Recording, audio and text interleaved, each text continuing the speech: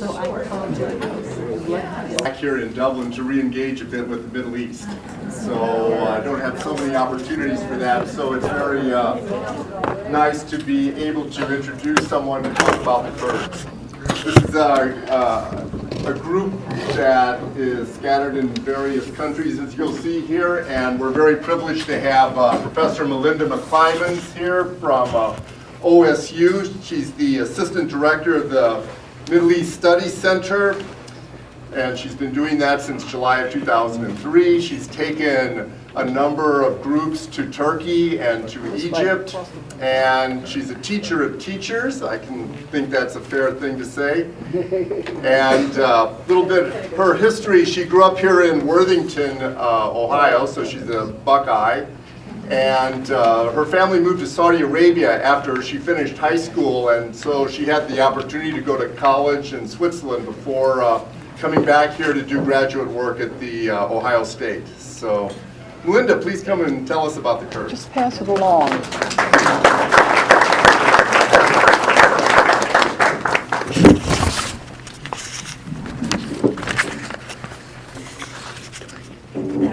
I've been told to speak into the mic, so I think I'll keep it with me rather than keeping it on this stand. Good morning to all of you. Actually, good afternoon.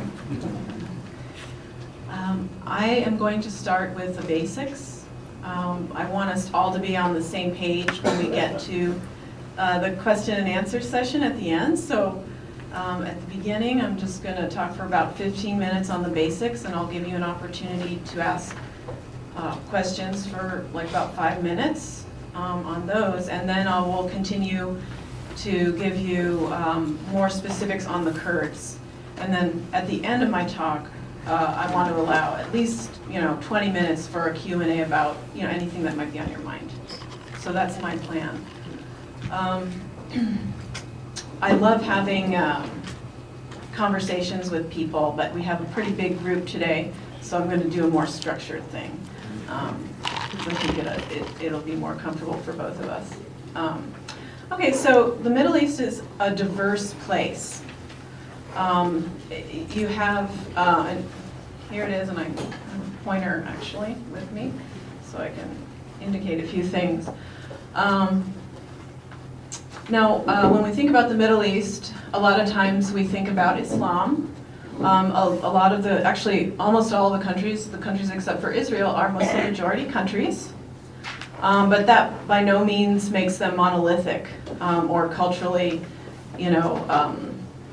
the same. So I think one way to really get into the diversity of the region is to talk about linguistic groups of the region. So again, when we think about Islam, we think about the Middle East, we think about Islam, and then we think about Arabic. So over the years teaching about the Middle East, I've noticed that usually people, when they're just getting to know the region, kind of think about Arabic speakers as well, and that the whole region speaks Arabic. And that's kind of true, because Arabic is the sacred language, it's the scriptural language of Islam. So Muslims do learn some Arabic, but that doesn't make them native speakers, right? So the Arabic-speaking countries, and again, it's a really diverse region, so within those countries there are minority language groups. It's not monolithic, but the countries that are Arabic-speaking in their majority and culturally Arab culture dominates in those countries are, let's see if I can get this pointer to work. I mean, here's the Arabian Peninsula, and the countries there are Arabic speaking. Jordan, Iraq. Iraq also has a lot of Persian speakers. It's divided between Shiism and Sunnism because its neighbor Iran, that's a Persian speaking country. It's also a Shi'i dominated country. And a lot of the religious identities of the Middle East overlap language identities and culture identities, making it more complex. But these are Arabic speaking, and then northern Africa is Arabic speaking. Again, up into Syria, it's Arabic speaking, the Syrian plateau.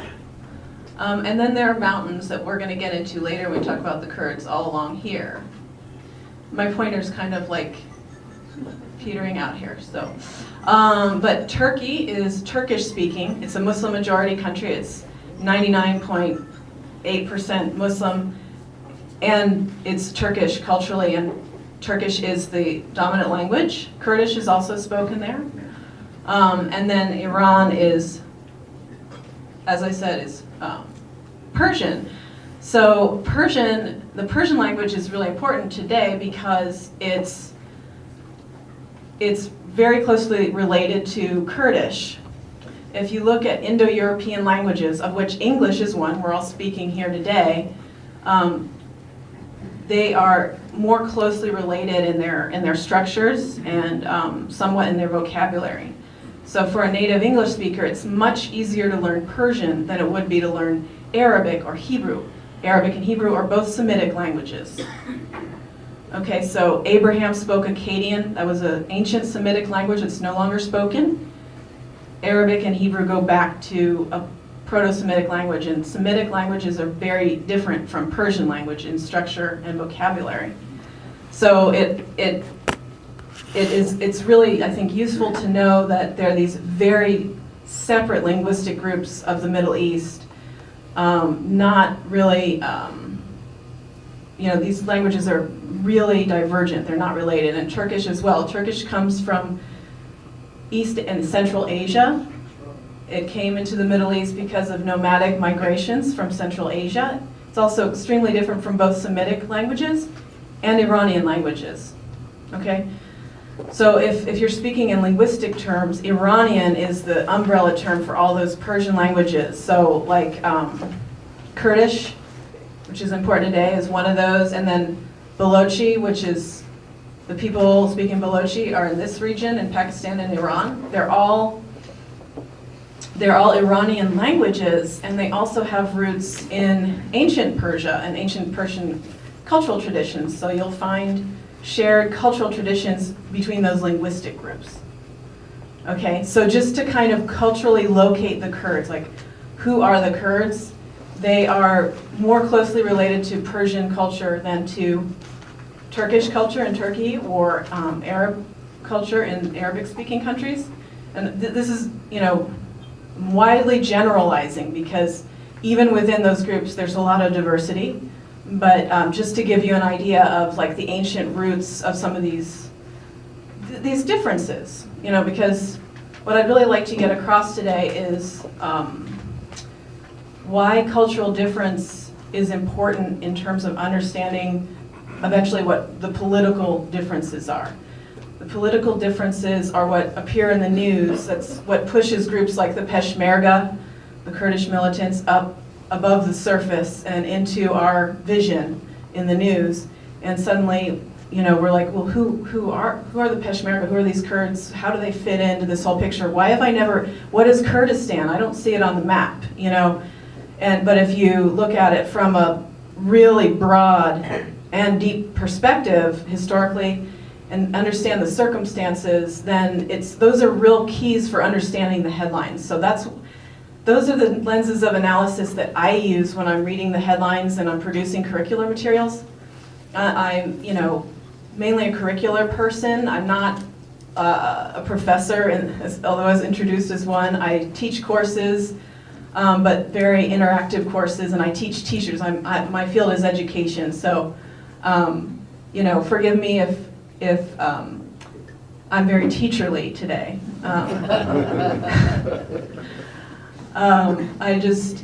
That's just where I'm coming from, a regional expert and not really a Kurdish expert. So I'm hoping that if you get the context of the Kurds, that when you get these headlines, it's going to kind of click and be like, aha. So I just wanted to start out with a little bit about the diversity of the Middle East, because I feel like if you don't start with that, then a lot of stuff it ends up getting way too, just gets obscured.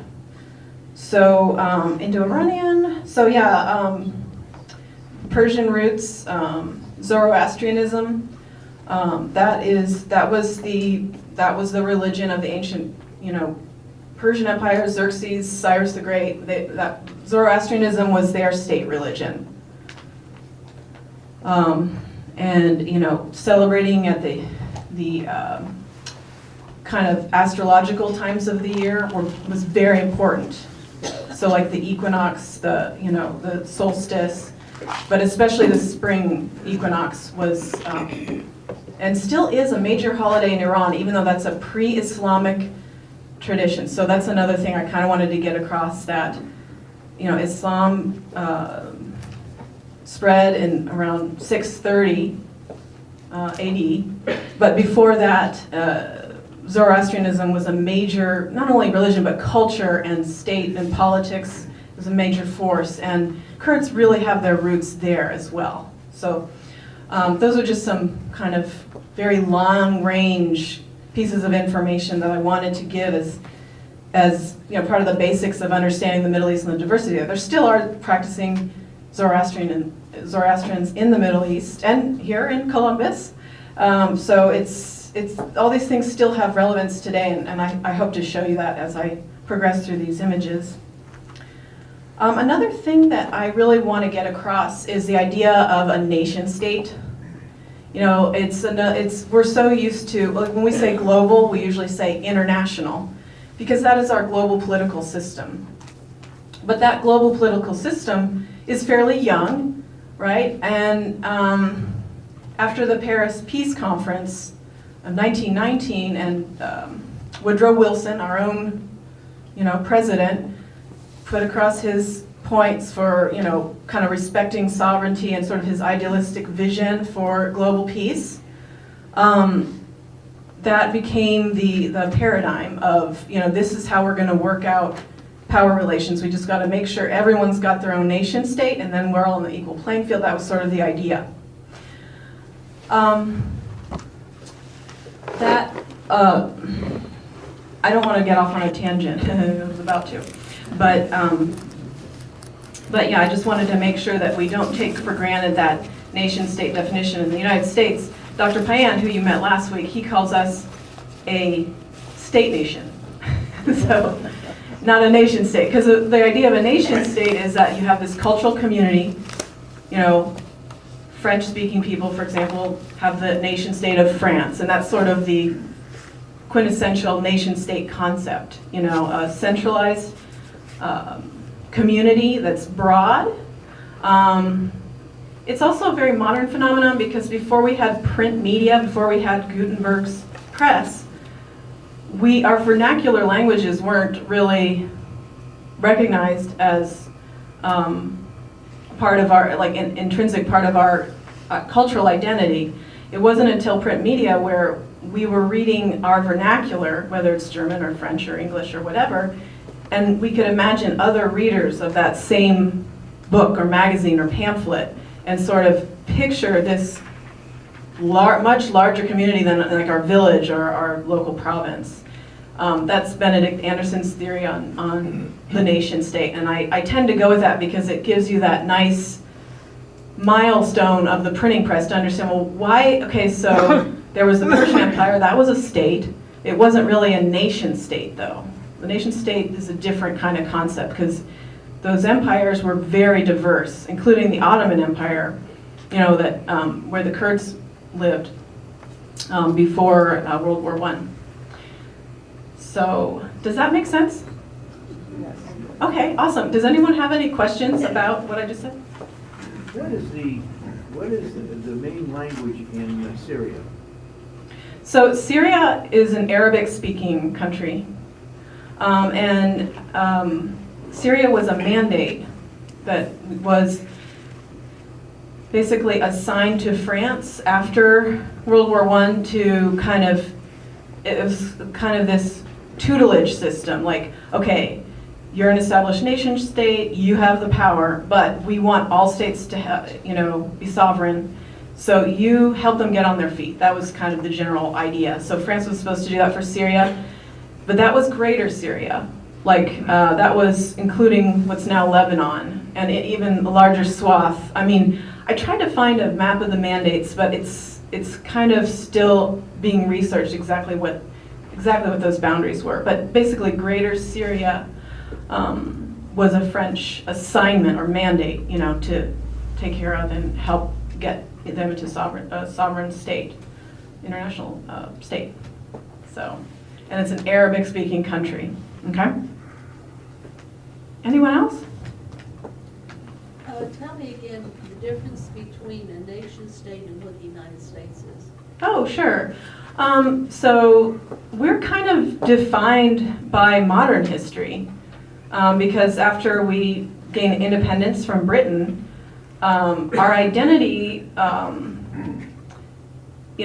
just shifted toward a citizenship that wasn't based in a particular cultural community, but is supposed to, in its ideal form, be based on being American or a U.S. citizen. And you don't have to be English to be. So it's more multicultural? It's more multicultural. It's less aligned with a particular cultural community, So that's why I use the example of France, because French citizens, we think of French speakers and people who are culturally French. Actually, France is very diverse as well,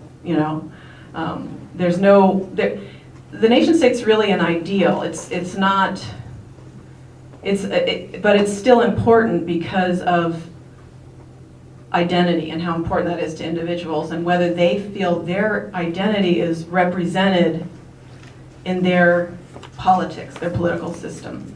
So that's exactly the problem of the Kurds, because in order to get recognition in this international system, and to have the security of like a military and an army and an international force, you really need your community, your cultural community, to also have a state. Theodor Herzl, who is the founder of the modern political Zionist movement, recognized that when he witnessed anti-Semitism in Europe, and that's why that is what drove him to seek the modern nation state of Israel. Okay, so understanding that is one of those keys to understanding the Middle East, not just because of the Kurds, but because of the whole thing and how the nation state concept has played out there and democracy has played out there. So when I'm talking about representation, I'm really talking about democracy. And representation is a little bit more abstract because it's all about culture. It's about the ideas, the imagined communities that we live in and that inform our daily lives.